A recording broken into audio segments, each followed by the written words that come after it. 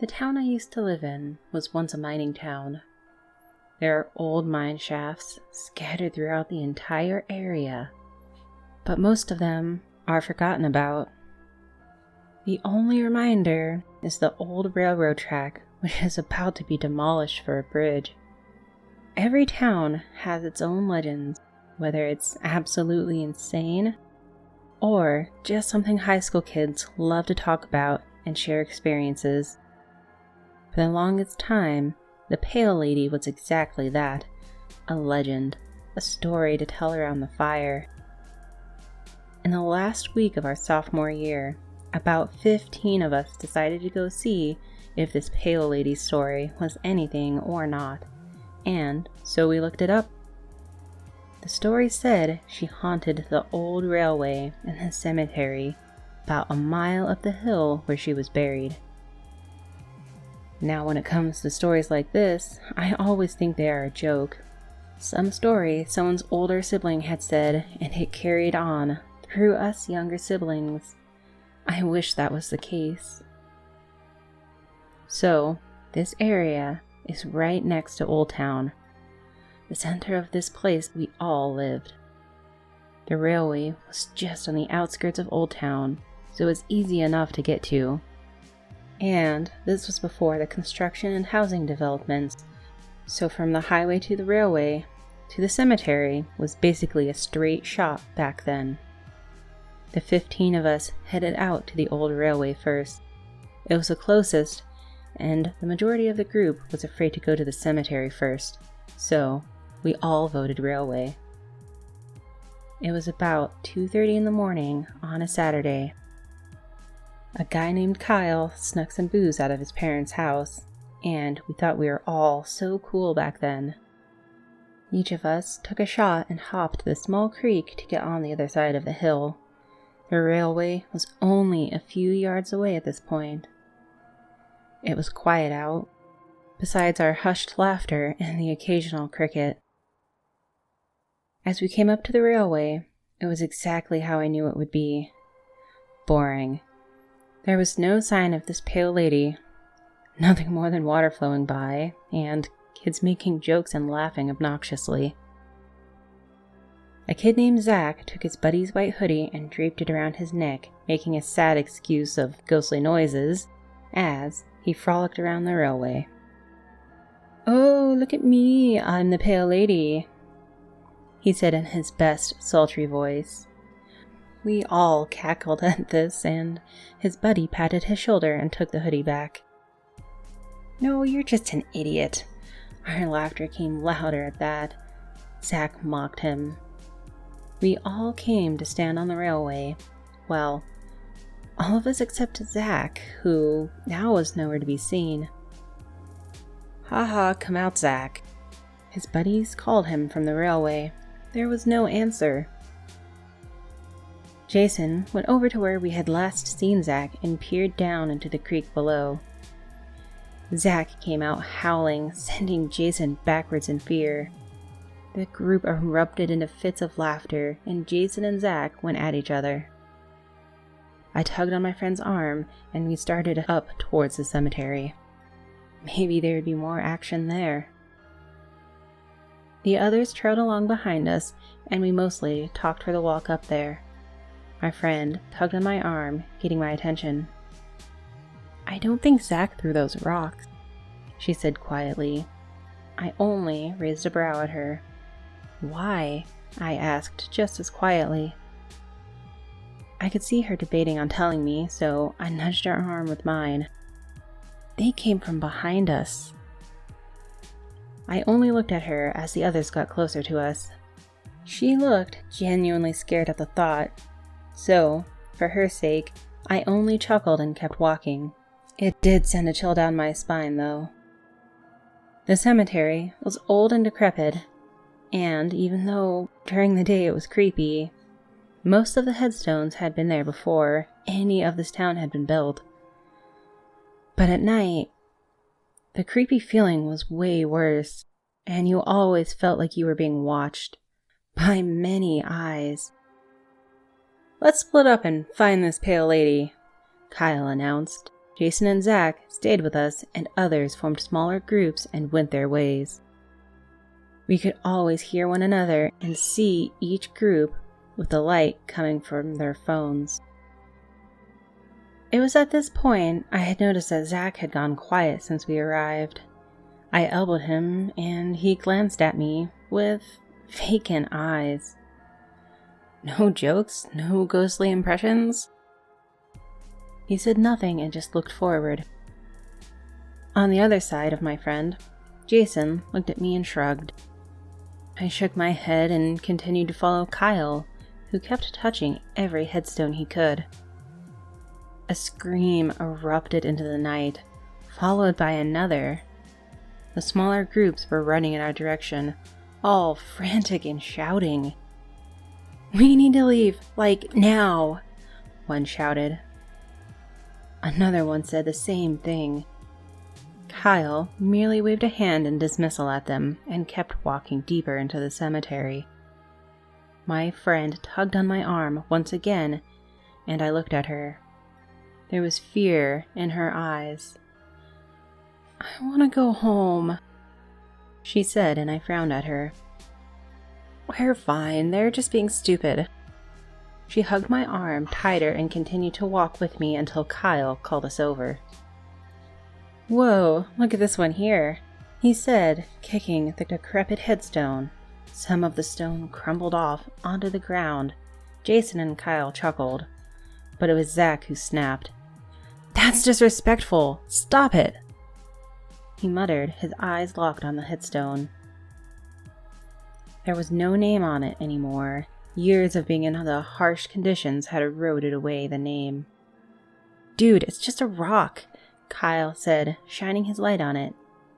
A scream erupted around us, so loud I had to cover my ears. We all did. It was like it was inside my head, echoing around it. I could see everyone flinch, everyone except Zach. He stood perfectly still while looking at the stone.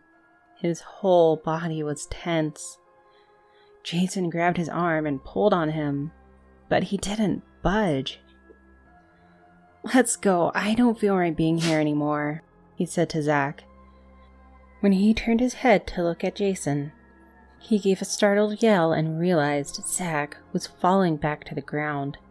When I looked at Zach, I knew why. His eyes were no longer brown, they were just black. I froze, so did Kyle, so did my friend. Out of fear. Something told me to leave. Deep down, a gnawing feeling of the need to leave. I snapped out of it and told my friend to go back to the others at the entrance of the cemetery. Kyle went with her. "Snap out of it," I said to Zach, who looked at me now. There was nothing in his eyes, his face pale. I smacked the back of his head to get him to snap out of it, and it did nothing. Behind him, I could see something moving, weaving in and out of the headstones and trees. It was big. A growl came from the same direction. I grabbed Zach's arm, and Jason did as well. When he got the nerve up, we hauled him up the hill. He was so heavy, like his bones had been replaced with stone. "Hurry up! Run!" Someone had called from the entrance. "Move it!" Someone screamed. I didn't dare look back now. We were so close. Jason and I practically threw Zach over the entrance and tumbled down with him into a heap on the ground. I whipped my head around. There, by the first row of headstones, was something. Human, but not. I could hear the cracking of bones as it moved, the gurgling breaths it took. Black skin that looked charred and burned. The same ear-piercing scream ripped through the night, and we all gasped and covered our ears. The adrenaline pumping through my body made me shake as I looked over to Zach, who was repeatedly blinking and rubbing his head. When I looked back to this, the thing, it was retreating. back to whatever hell it had crawled out of. Cracking and gurgling faded away as it left. For a while, no one moved. I think we were all too afraid. But when everyone looked at each other, we all knew everyone saw it. Everyone but Zach, who claimed he had no idea what was going on. If that was the pale lady, I pitied her. The thing was demonic at best. Something tortured and ruined. We all graduated now and tried to forget about what happened. But I don't think any of us ever did. Occasionally, we still see each other, but we never speak anymore. And to this day, Zach has no memory of the cemetery. But I never want to see that thing ever again. I don't know what to do. Please help me. I'll tell you my story, and I beg you get me out of this. Since I was a child, I could never sleep perfectly well. The dreams always consisted of weird things. Like a nightmare, but worse. We weren't rich, but not poor either. My mom found a good doctor, or so she said. When I went there, I was 16, so I could go on my own. It wasn't far from me at the time. I biked there. Honestly, the building was amazing, but it gave me such a terrifying feeling. I needed any medication I could get, though. I would beg. I met the doctor after the nurse helped get me to him. He was in his mid-40s with an eye patch on his left eye and a gentle but mysterious smile. He told me I wasn't his first patient and handed me some pills. He told me I'll only need to take one, and so I took one. Honestly, I didn't want to take it, but I was desperate. And that's where it all began. At night, I took the pill. The effect kicked in right away. I felt drowsy, though the pill takes at least 10 minutes to get into the effect. Whatever, I was happy I could sleep for once. You know how people wish they could lucid dream? Well, that's what I thought it was at first. It was a beautiful forest, like you would see in heaven. Nothing could compare to it. The birds were singing, the flowers blooming beautifully. But I felt like I had to walk to this one specific place, so I did. I got colder while I kept walking. I wanted to stop walking. My thoughts told me to stop. It's dangerous. But my feet kept on walking. Flowers, they turned into blood-sucking roses. The trees turned into dead people just standing and watching me with their eyes. The birds were just red flames roaming around. My feet suddenly started running, and behind me was, I couldn't even explain it. It had no face, or at least I didn't see it. It was crawling on all fours after me. I ran through the ugly path full of thorns, not caring that I had hurt myself. He got faster and faster and faster, and he almost reached me. I woke up, breathing hard, looking around quickly if everything was okay. My throat felt dry like I had run a marathon, so I used the glass of water from my nightstand. Then I sat on my bed for a bit, trying to get my head around this. I stood up and fell down. My legs, they hurt. I pulled up my pajamas and there was scratches from the thorns, the dirt from the ground. I almost fainted. I ran down to tell my mom, but she said there wasn't anything. I looked down and there was nothing. No wounds, no scratches, nothing. I thought maybe I had a bad dream. had the exact same dream, always. But I learned to cope with it. The doctor moved away right after giving me the pill. It's like he never existed. Years passed, and I moved into my own apartment. I had a good job somehow, and I could sustain myself.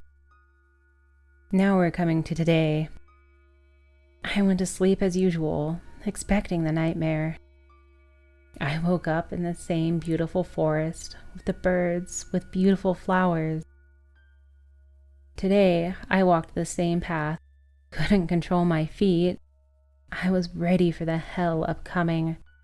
But for some reason, today it didn't come as fast. Maybe today would be different. I asked myself and took in the beautiful scenery. My feet stopped in the middle, in front of a beautifully made tree. It was more beautiful than any tree. I gawked at it for a long time. I couldn't blink or breathe. It felt as if the tree was all I needed. Slowly, though, I watched the tree turn into something. I could hear it scream with a voice that sounded familiar, a deep female voice. Her screams so loud and full of agony.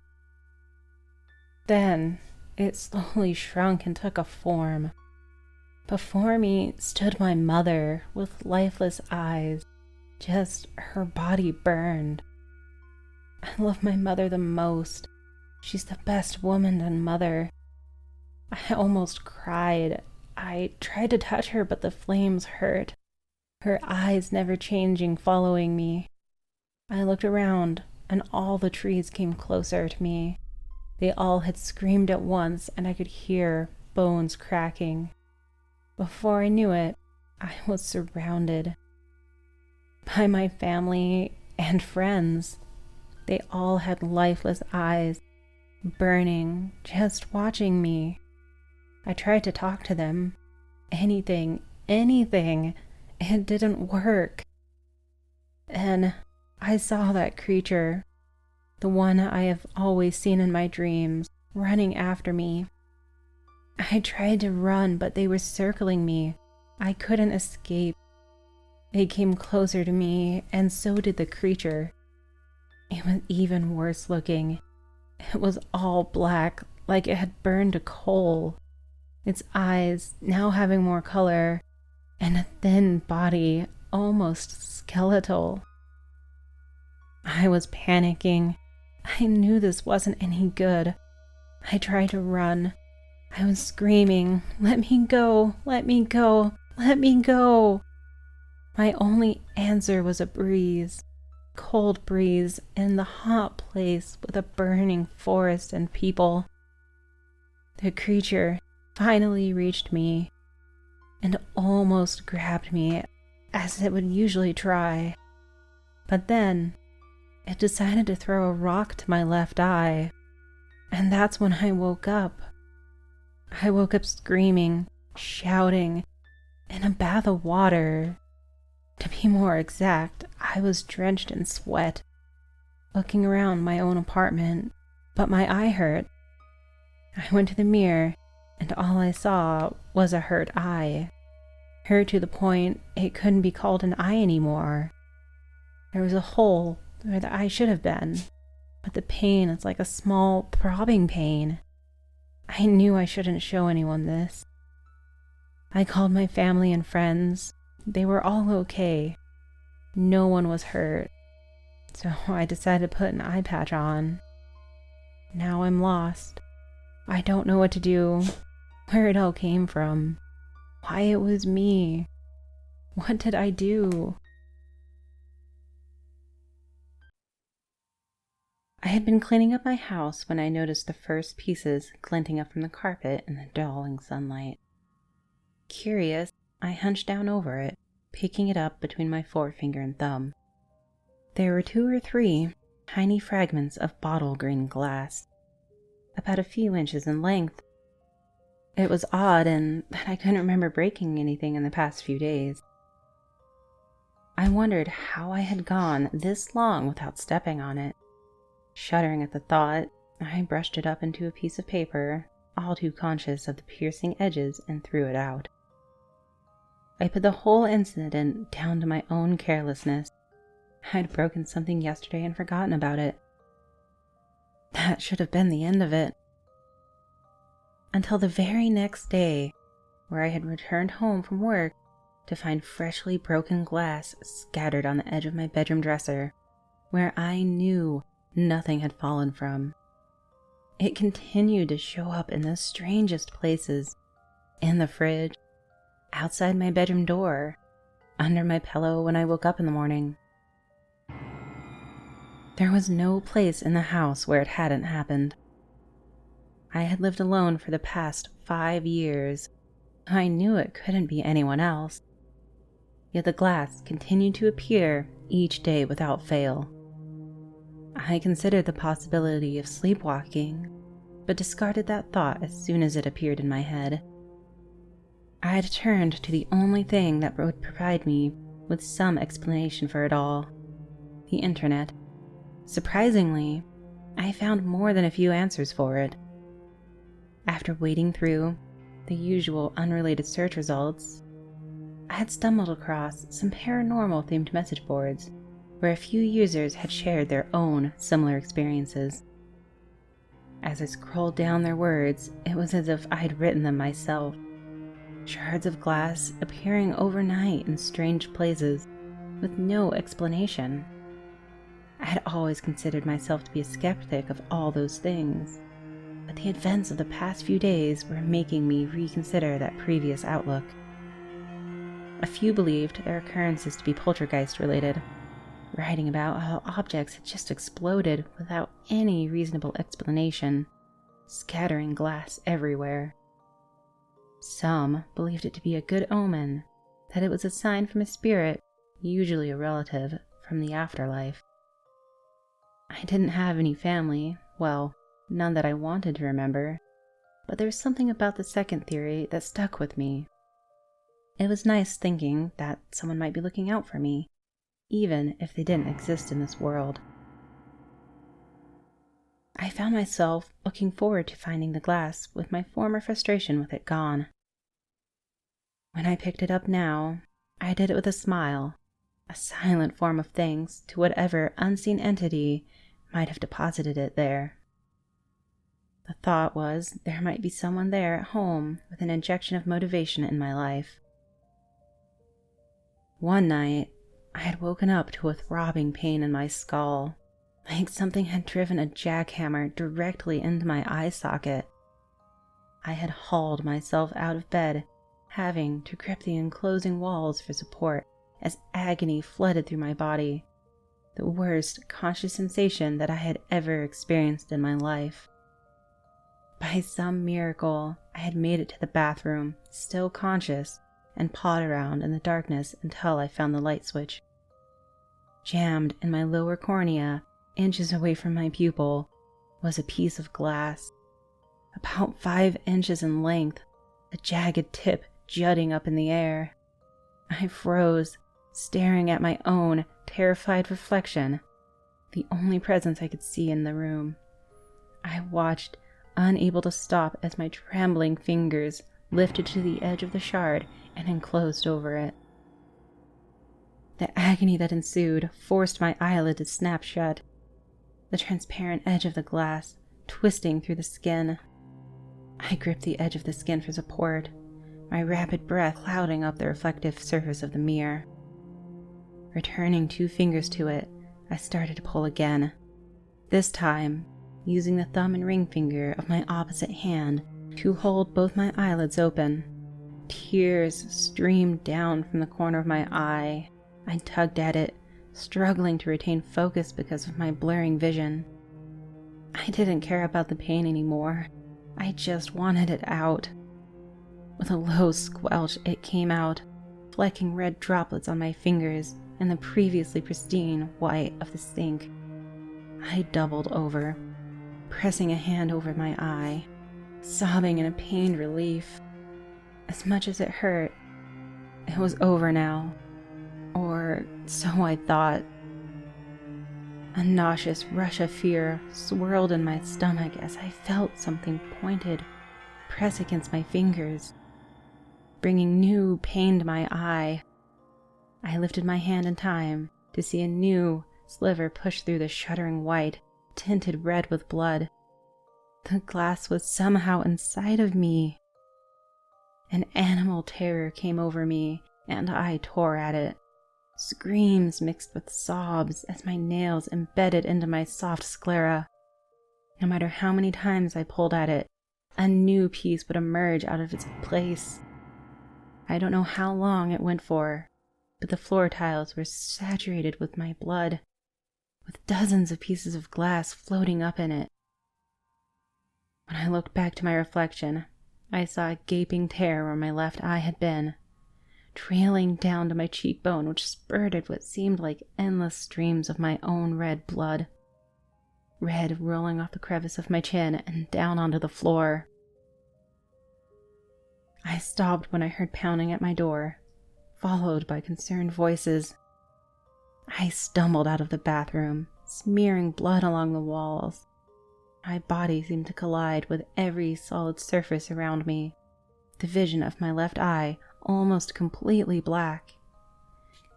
The door burst open and a group of police officers filed in, probably called by my neighbors in all of the commotion I'd been making. Their steely expressions morphed into expressions of horror as they saw me. One bent over and retched into his hand. I passed out to the side of them, looking down at me, eyes wide and mouths open. I'm writing now from the hospital. My left eye is still dark, swaddled with tightly bandaged gauze.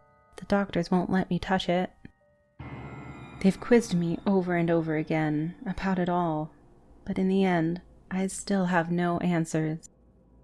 They've thrown around certain words in hushed tones, like ocular laceration and uveal prolapse.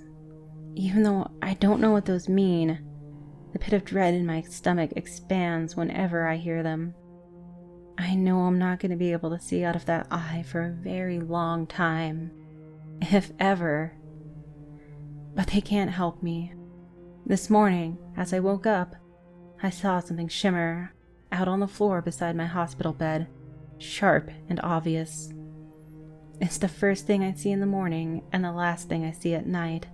I can't escape it, whatever it is. I don't think it's over. I can feel something in the back of my throat. March 11th, 2018. I saw him again, the man at the foot of my bed. I started to wonder, is he shy? When I turn to look at him, he evaporates just before I can get a good glimpse of his figure. It was around 4 p.m. this time, a little later than usual, but he was there, cloaked in shadow and smoke. His presence persuaded my eyes to follow him, yet he always left. Why would someone appear at once, if only to leave at first sight?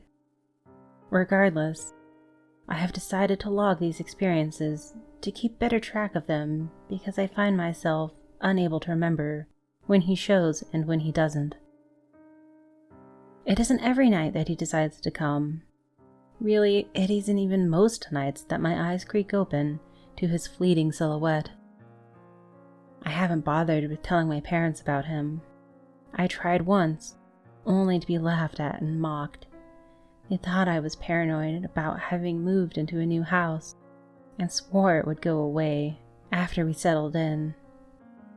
It has been 5 months since we had fully unpacked, and the same mysterious person continues to greet me in the night. My parents don't seem to have the same encounters as I do, but I hope to God one day they will. I cannot say that every experience is positive with this shadowy stranger. In fact, during those few months, I would wake up to a paralysis in my body. My heart would beat so hard that I was convinced I was dying, and my eyes would hardly listen to my brain's command to turn and look at what was causing this. even though I did not see him directly, I knew he was there. It was that same feeling that you get when you feel like someone is watching you. My mind was not convinced, but every fiber of my body was rigid and locked into place. My attempts to calm my pounding heart were in vain during the first couple of encounters. I would listen to the voice in my mind telling me to breathe deeply, in and out, over and over again. The paralysis would cause an instant anxiety that caused a rushing sensation to my brain, flooding my mind with such stimulation that I nearly passed out. After several instances like these, I had finally started to see progress with relieving those dreaded symptoms by controlling my breath and understanding that it was all just a reflexive response to my environment. After all, the man at the end of my bed wasn't real, but more like something you see in your nightmares. I knew that seeing him there in my peripheral vision was just my mind adjusting to waking out of some sort of intense dream that must have had very vivid imagery. It's about 5:25 a.m. now, and I should be getting back to bed, but the idea of this man next to my feet isn't exactly putting me to sleep. For now, I will finish this entry in hopes of actually getting to sleep. Until next time. March 13th, 2018. 3 a.m. He came again, and this time I feel like I may have felt something like a hand grabbing my foot and squeezing it violently and quickly, as though it were trying to break it in half. My leg shot out instinctively in the direction that I felt the cold grip latch onto me. But I felt nothing resist me. I had momentarily regressed into paralysis again, and I think it was because there was a physical sensation of touch this time. This had never happened until now. Just when I thought I was overcoming that paralyzing fear, something like this starts happening and makes me temporarily forget everything I taught myself to escape it. I'm sure that my foot had simply collided with the corner of my bedpost, and that was responsible for the pain that had settled in. Maybe my parents were right. Maybe I'm just a little too paranoid. My foot has been aching, bruised, and swelling, and I've decided to keep it propped up on some pillows for the night. But I still find myself having trouble resting my eyes and drifting into sleep. Part of me fears that I will wake up and find him there, and another part tells me that it's my overactive imagination. Still, I would love it if I could have more than just one night of solid sleep. Maybe I'm just really tired, and that's where these ridiculous ideas are coming from. I'm sure that's it. March 17th, 2018.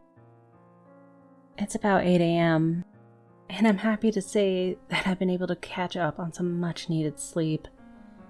I still wonder about the man at the foot of my bed, but I also find that distracting myself before bed really helps me feel at ease. I've started reading before bed until my eyes are so heavy that I'd nearly fall asleep as soon as my head hits the pillow. I give some more thought, and I believe that these episodes were just moments of anxiety and nothing more. I've been having a hard time transitioning from the move out of our old home. In my mind, our old house was warm, like a soft yellow light, and pictures of my memories throughout the years shuffle through my mind's eye, each one full of nostalgia and admiration for what I felt was the only place that could ever really be home. It's around 11 p.m., and I'm logging again before I go to sleep tonight.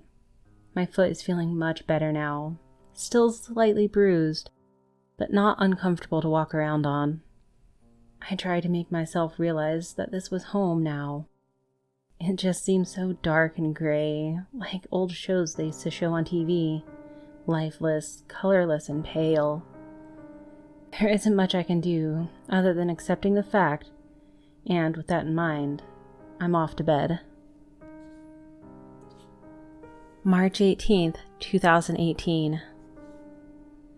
It's around 4:40 a.m., and I had a dream that I felt the need to write down.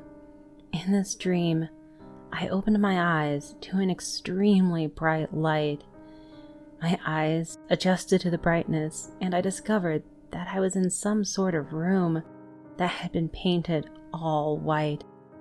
The lights colliding with pure white were making it uncomfortable on my eyes. The level of light normalized as the overhead lights moved away and out of the room. 2 masked people looked at me with horribly stretched, anguishing faces on their masks, and their hands were completely white. They mumbled in some foreign language and walked backwards out of the room, watching me as they did, never taking their eyes off of me. The only door to the room, the one they had left through, slammed shut after they had all left, and I could hear locks securing on the other side. I turned to look around the room, and in the far left corner, sitting on a bright white couch, was the wispy shadow that I had seen at the end of my bed. He was sitting perfectly still, like some kind of living statue. The shadows whipped around him, although his body never moved. His eyes rotated slowly, and then at once whipped into my direction. For the first time, I could actually see his face, and I couldn't look away. The paralysis began to sink in again, and I gradually lost function of my limbs. I was melting into darkness until I snapped out of the dream into reality.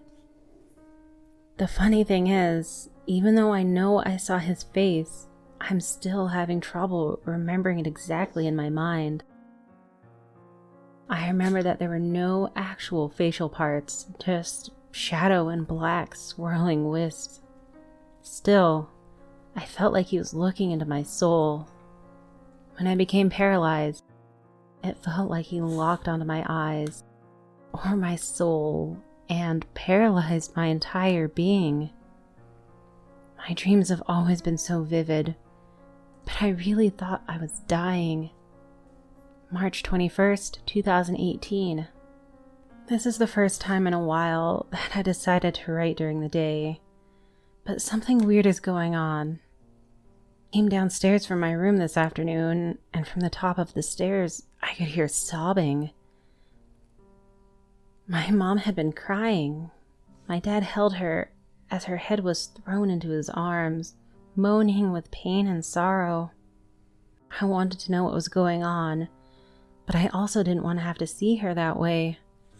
I was afraid, thinking of the worst possible things that could have happened.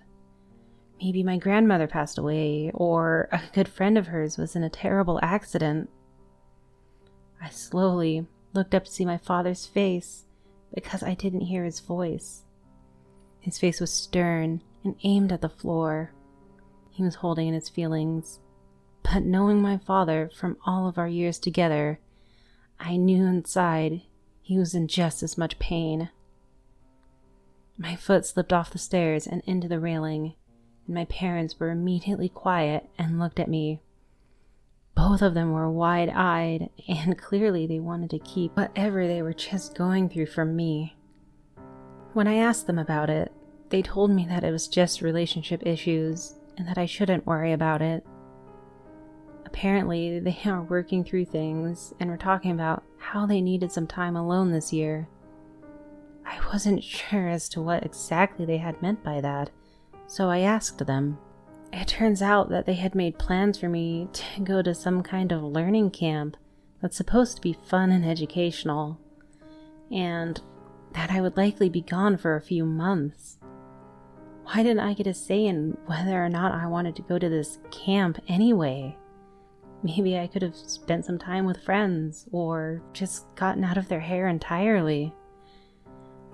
I know that I've been bothering them about the man I see at the end of my bed, But is it really so annoying to hear about that they need to send me away just to be alone? I don't want to think about any of this anymore.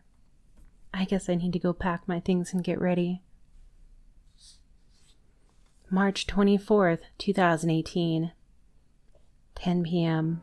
Well, I'm off to your average generic young adult camp tomorrow morning. The past few days have been somber. I have only recently moved to this new house, and now when I'm just beginning to really acclimate to everything, I get thrown this curveball. I don't feel like being social at all yet. I still don't know why they didn't just ask me whether or not I wanted to go first. I feel like my parents get me, but there are times when they act like they don't know me at all. I need to go to bed and get some sleep for tomorrow. It'll be an exhausting first day, I'm sure. March 26th, 2018.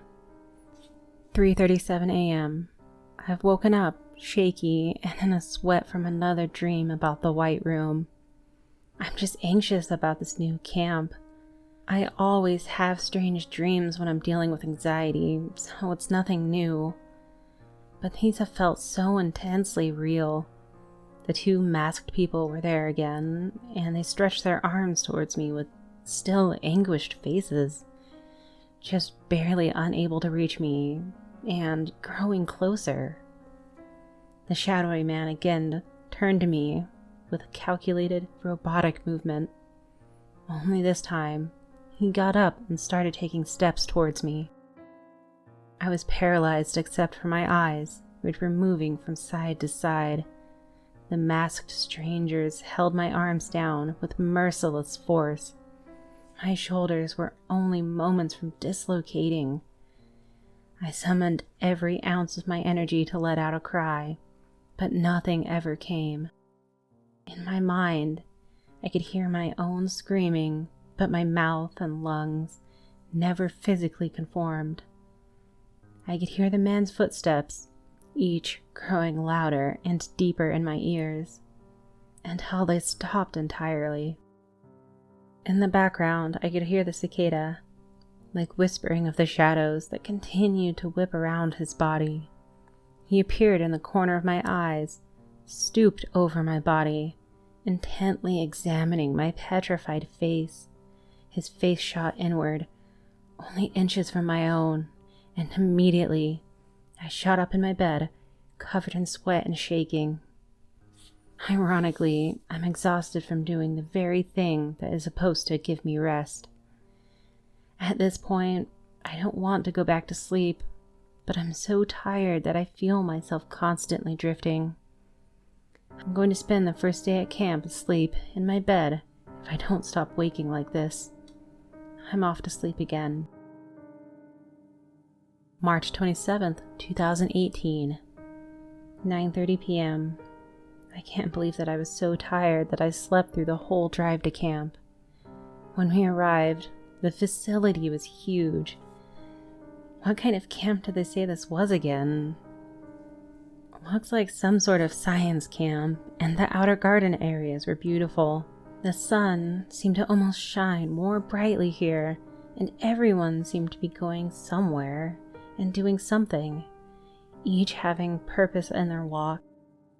Overall, the first day wasn't all that bad. I think more than anything that I had built up this terrible thing in my head. It turns out that just confronting whatever it is that is making you anxious can make you realize how little the whole issue really is. I'm done for tonight. Tomorrow will be our first real day of camp. March 28th, 2018. 4:28 a.m. I'm writing from inside of the White Room. If you're reading my journal, please reach out to my parents, please. I can hear people coming and the locks will be releasing soon. I don't know how much time I have left, but I'm trapped here. This isn't a dream anymore. Please help me for the love of God. This is not a fucking dream. The door is being unlocked. March 31st, 2018. 9 a.m. I don't know what the hell is happening here, but I want to go home. The walls were not white before I went to sleep last night. I can't remember what happened other than what was written down in my little journal that night. There are days missing where I should have more written. I see no rips or pages missing from my journal, but I know that there was more. Things are different in this place. My journal is only available when I really need it, and I can't recall it being that way. Not even a single time before now. I can hear the mumbling language of the people in white masks. I think they might be walking by my door. 2 p.m. I had a sudden and intense memory, but I feel like I'm losing my mind. I'm having incredible difficulty remembering what is real and what is only a dream. I remember I was laying back on the bed in the white room when I looked up at the overhead light. That's when the sudden flashing of scenes from a movie played in my mind. I was in the white room. Again, the locks were turning and the door slowly moved open. The masked people came in and forced my shoulders down hard against the bed. The shadowy man looked at my face again, but this time he had a face. A sharp pain radiated from my backside, and the outer rims of my vision began to blur and feel heavy. The whipping, shadowy cloak of his face slowly died away to reveal an older man who said he was a doctor, and that everything would be fine as soon as I would calm down. His speech was getting slower and slower as he went on. The masked strangers were no longer masked as their disguises were degrading away. Following with the voice of the doctor, everything faded to black, but there were voices talking about keeping some patient longer, something about violent tendencies and severe hallucinations. I couldn't keep up with them, but it's all that I remember before complete darkness. Was this part of the dream? The shadowed man who was at the foot of my bed? I just need to wake up in my home. I just need to wake up to my own bed again. I know that's all it is. I know that's all it is. I know I can wake up. December 3rd, 2018. 12:08 p.m. The camp counselor, an older man who always spoke so pleasantly, gave me this neat little journal to document things in. I guess it was his old journal, because there were only about half of the pages left, and it looks like he tore them out to give me a clean notebook. He suggested that I journal once a day, if anything, just for fun. He talked about how important it is to reflect on life's changes and remember that we are different people than we once were. This camp has been a wild ride, but I really have learned a lot. I can't forget that I also had 2 great camp mentors who always followed the counselor around, carrying out his instructions and orders. They gave me lessons on respect and authority, something I hope to carry with me every day. All I can think about is how excited I am to see my parents again. They're supposed to be arriving any minute now. Until next time.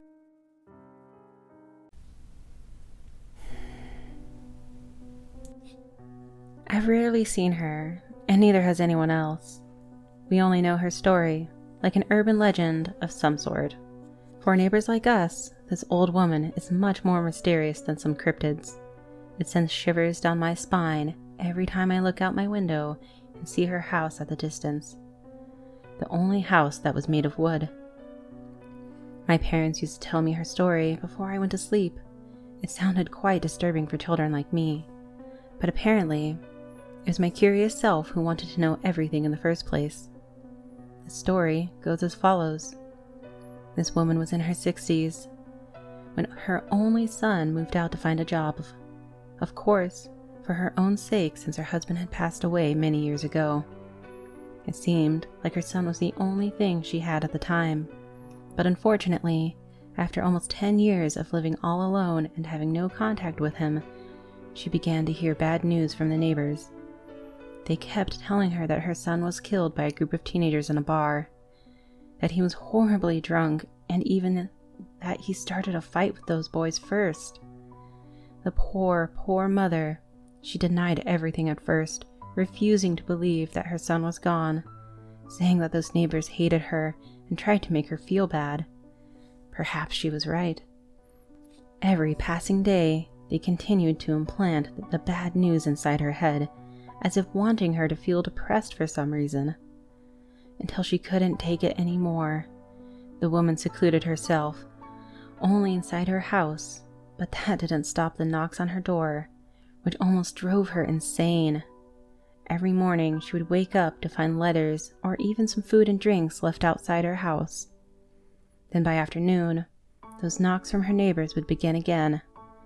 They always called her name, yelling how much they were sorry about what happened and that she needed to accept it. We really don't know for sure when she started losing it. According to my parents and others, it's believed that when she started to fold her oracles to cover both her ears and sewed them shut with needles and thread, she couldn't hear any more, or at least it made those noises softer for her. But as I've mentioned, no one has really seen it as far as I know. From when I was 15 to 17, there was a rumor spreading through the neighborhood that she had already passed away as a result of infections in her ears. But it seemed like all of us didn't really care much about the rumor.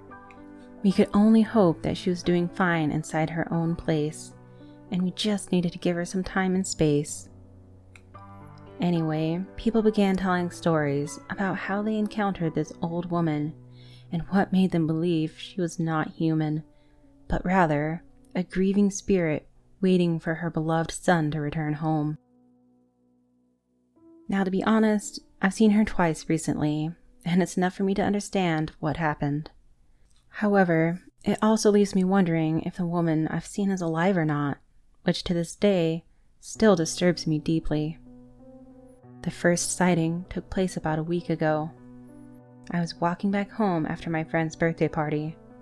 It was around midnight, and the streets were unnervingly quiet. Using the dim streetlights to guide along the way, I wandered from house to house. Somehow, I noticed a movement of the fence about 10 feet ahead of me. That was when I first realized it was the woman's house. Curious, I stopped to have a look. Then the wooden gate slowly swung open, revealing a tall figure with long, untidy hair. It had to be her, but at this point, I didn't think that she was a ghost or something inhuman. She then turned to look at me with a grin, and I got a chance to see her face. It almost looked like a skull. I mean, she looked so skinny, as if starving for months. I couldn't see her ears because of her hair, but her clothes were old and her smell was awful. Rotten, to be precise.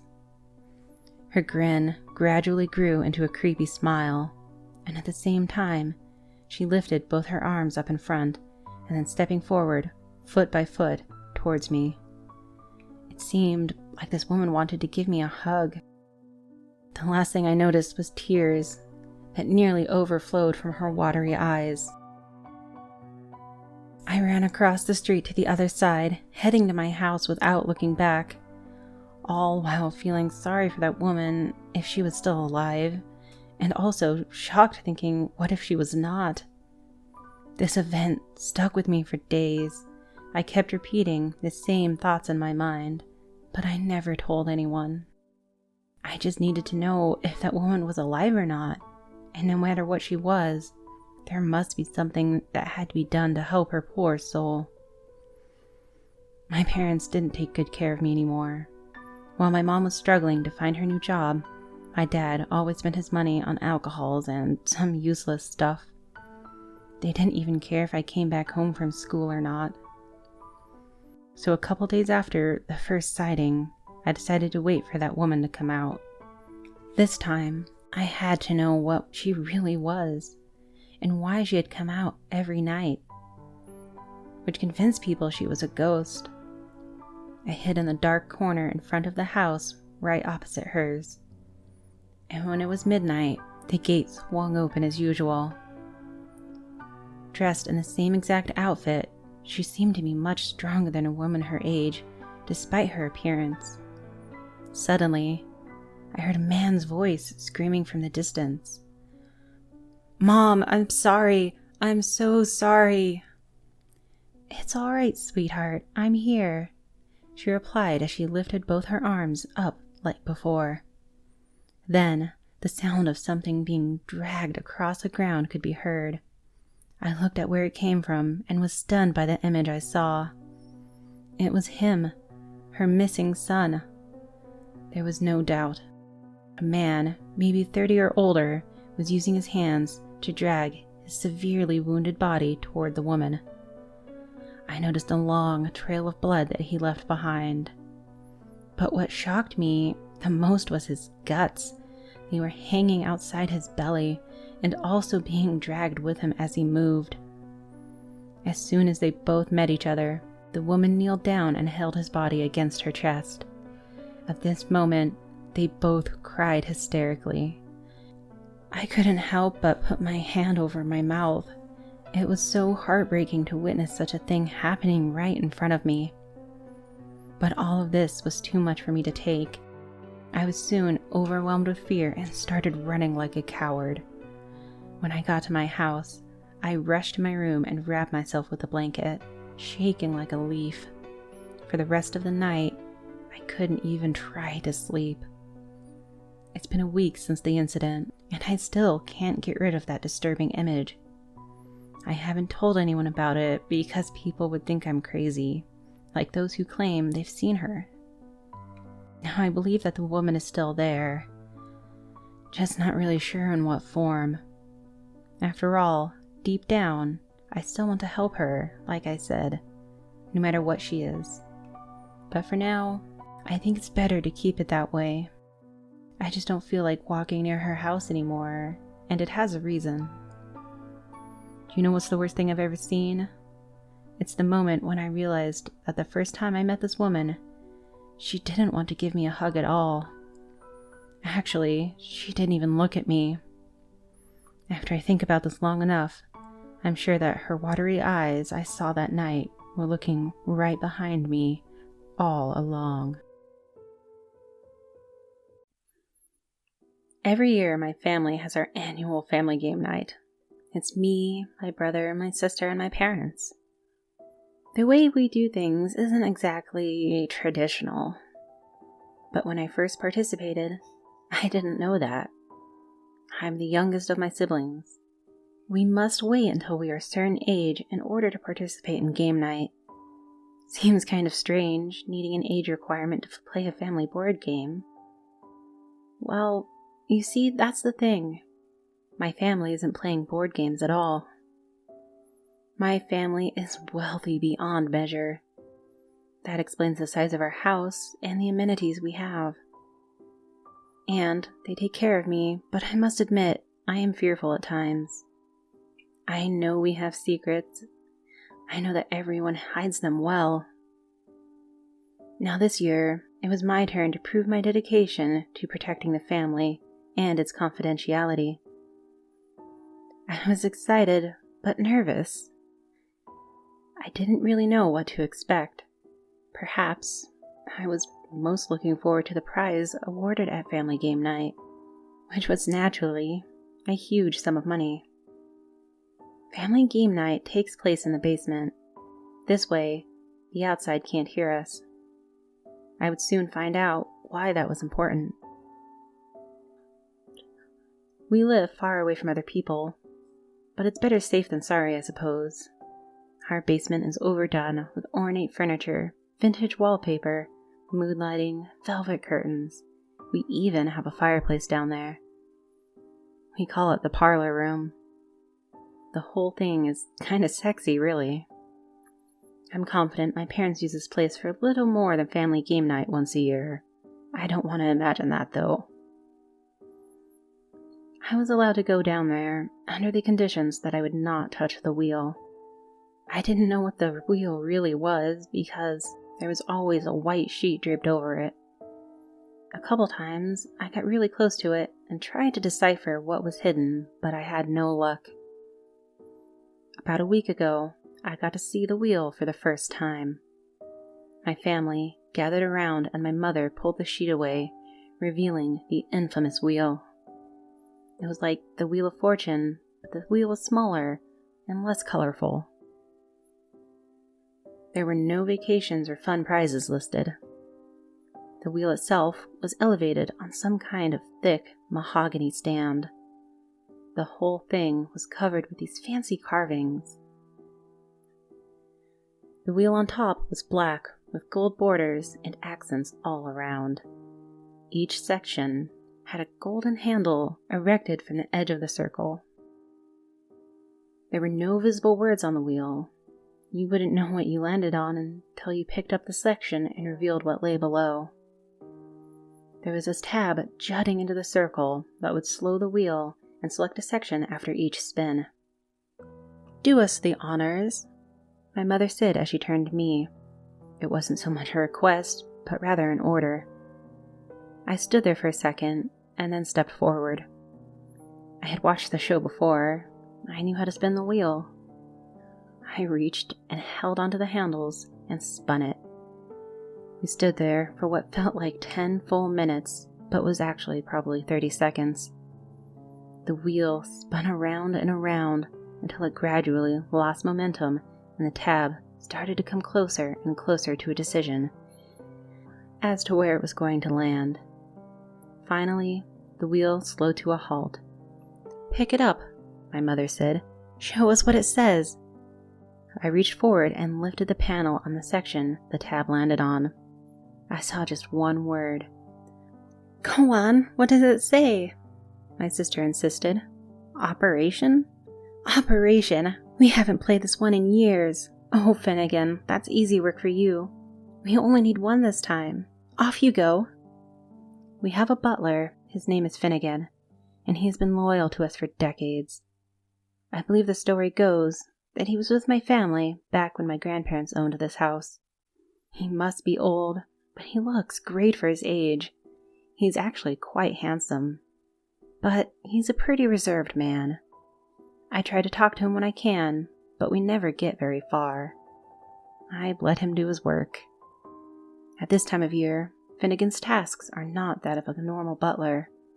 I didn't know exactly what my mother sent him to get, but I would later learn that it was not what, but whom. The week continued as usual.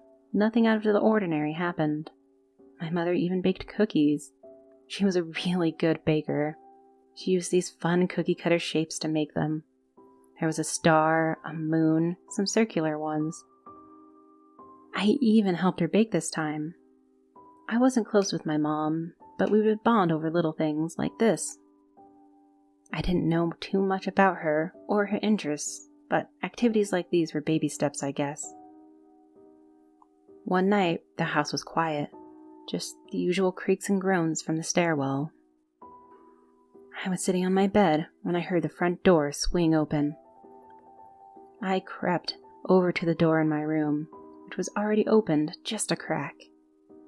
I opened it a few inches and listened. 2 men entered the house. Both were trying to muffle their own laughter as to not disturb the family. Okay, come with me. Would you like a drink? Not that any of us really need another." I recognized that voice. It was Finnegan. He chuckled a bit as he spoke. The two must have had quite a time together. The man he was with responded yes, and the two ventured farther into the house. I had nothing better to do, and I had never really seen Finnegan act this way, so I snuck downstairs to try to see what was going on. I found a hidden vantage point and watched the two interact. The man was sitting on the living room couch. His legs were crossed, and he was leaning back, almost too comfortable in a house that wasn't his. Finnegan was over at the bar cart. He was preparing 2 Manhattans. He was an incredible unofficial bartender. He added a bit of garnish and brought both glasses over to the man on the couch.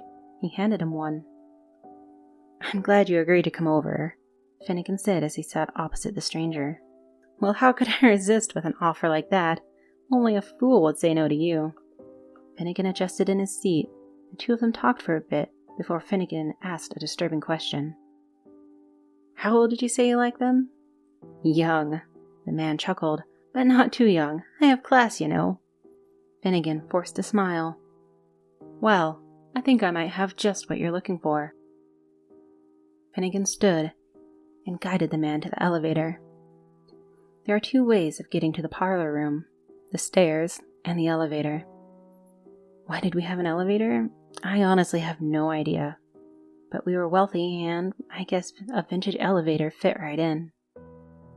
So Finnegan and the man entered the elevator, and I snuck over to the stairs. I waited for the doors to close before I would begin my descent.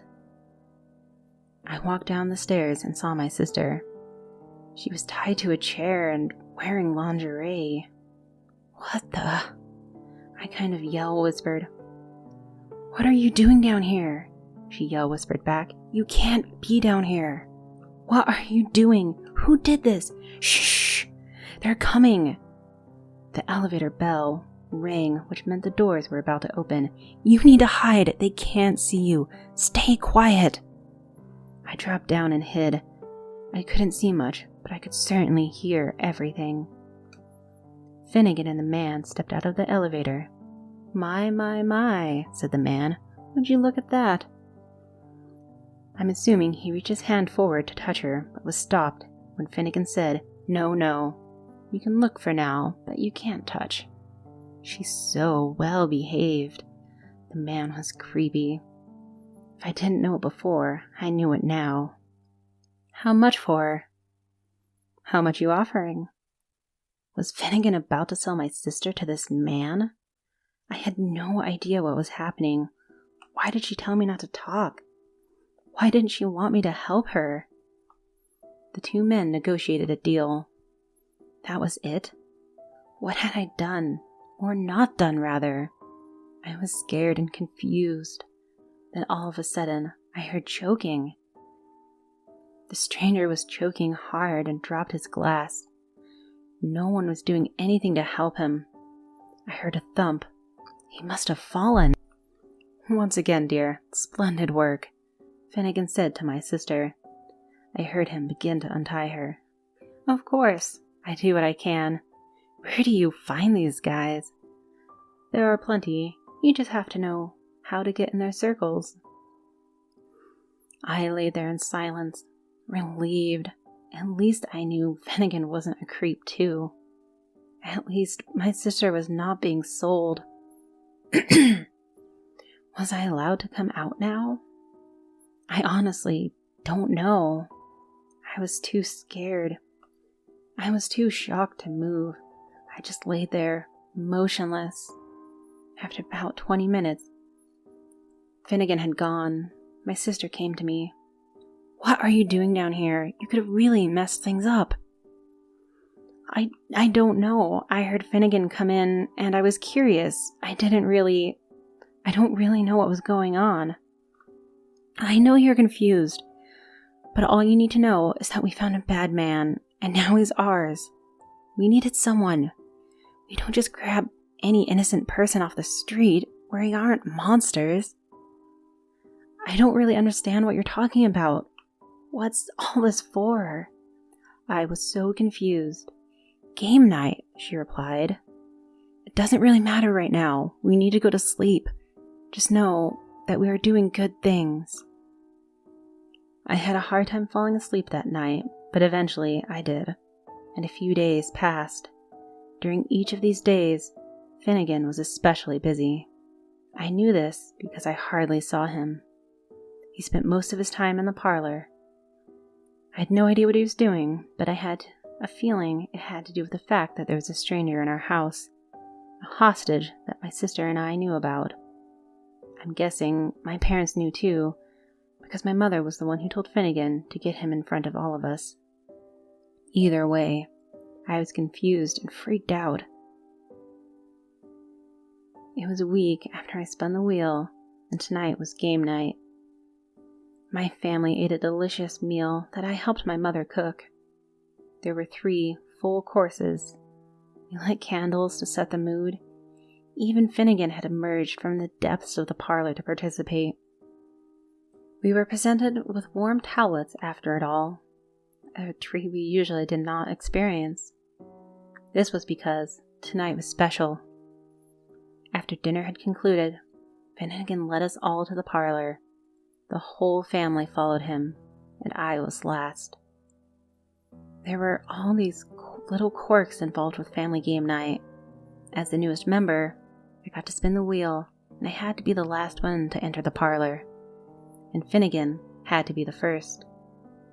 We surrounded a table in the middle of the room. It was ornate and beautifully decorated, like the one on which the wheel was mounted. There was now a white cloth draped over the table instead. It was obvious what lay underneath. My mother did the honors of removing the cloth, much like she did with the wheel. She really got a thrill out of doing this part. She gasped when she revealed the body on the table. I gasped too, except I was horrified. My mother and family were in awe. I felt like I was going to throw up. Finnegan, what beautiful work! My mother was delighted. Oh, this is truly one of the best. Of course, madame. He nodded and proudly accepted her approval. Oh, how incredible this is!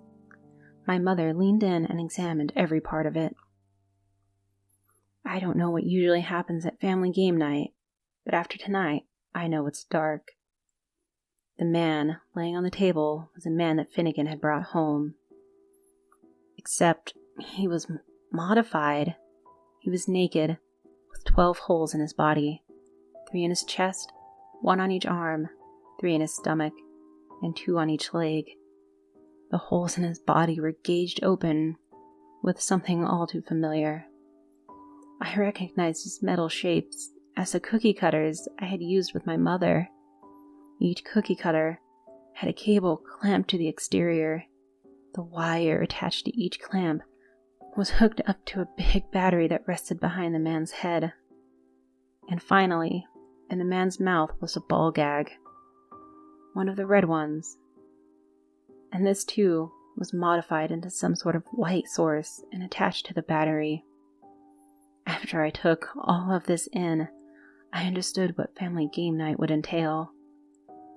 My family was about to play Operation. The rules of this game are as simple as can be, my father chanted. Use these tongs, he said as he raised a pair of tongs in the air, and pull out the objects within. My father then demonstrated the action in one of the man's stomach holes. But don't hit the metal. He deliberately hit the metal cookie cutter with the metal tongs, which sent a shock throughout the body of the stranger. He was strapped down, and his body shuddered as he felt the shock, with the light in the ball gag lighting up. He was awake now. I don't know what was going through this man's head. Was he in shock? Did he truly understand what Finnegan had done with his body? His head was strapped down too, so he couldn't look down to see the truth. He screamed for a bit, or at least tried to scream, as he was also avoiding choking on his own saliva. His cries for help evolved into a whimper. Also, anesthesia will wear off just as the game progresses, so he will feel far more than just the shocks. This means he might be a little more jumpy, so you need to win fast. Whoever removes the most pieces wins. We took turns. Each of us had 20 seconds to pick a hole and use the tongs to fish through the man's insides and remove one of the various plastic objects hidden inside. My brother went first, as he was the winner last year. Don't mess up, my father said. We added a $100 bonus this year in honor of our new member. He looked at me and smiled. Stop distracting me! My brother bit his bottom lip as he slowly moved the tongs inside the man's chest. The man, whimpering a bit. I don't think he could feel any pain just yet. My brother found the plastic shape and pulled it out successfully. Next, my dad was up. He tried one of the armholes but failed miserably. The ball gag lit up and another harsh shock went through the man's body. My mom went, and then my sister went. Then it was my turn. My hands were shaky. When I took the bloody tongs from my sister's hand, I approached the man's body. No one had attempted any of the leg holds yet, so I decided to go for those. They also happened to be the farthest from the man's face, which I couldn't bring myself to look at any longer. I took my turn. This cycle would continue until the winner was decided. I cried in my room that night. I was curled up in a ball, in the fetal position on my bed, and was just crying my eyes out. My sister walked in. She sat down on the bed next to me and put a hand on my back. "Hey, stop all this crying. Winners don't cry." She nodded over to the bundle of money on my bedside table. "You're a natural," she said. "I just wanted it to be over with," I uttered. "He was a bad man. He had it coming." "I know he was a bad man," I responded. "But did he really deserve that?" "I think so. Our family is doing great good for the world." She stood up and walked towards the doorway. "Open or closed?" "Closed," I replied. She closed the door behind her. After my first family game night, I am just laying here. There are a million things going through my head. I think my biggest question is what other games are on the wheel? And what has my family made of them?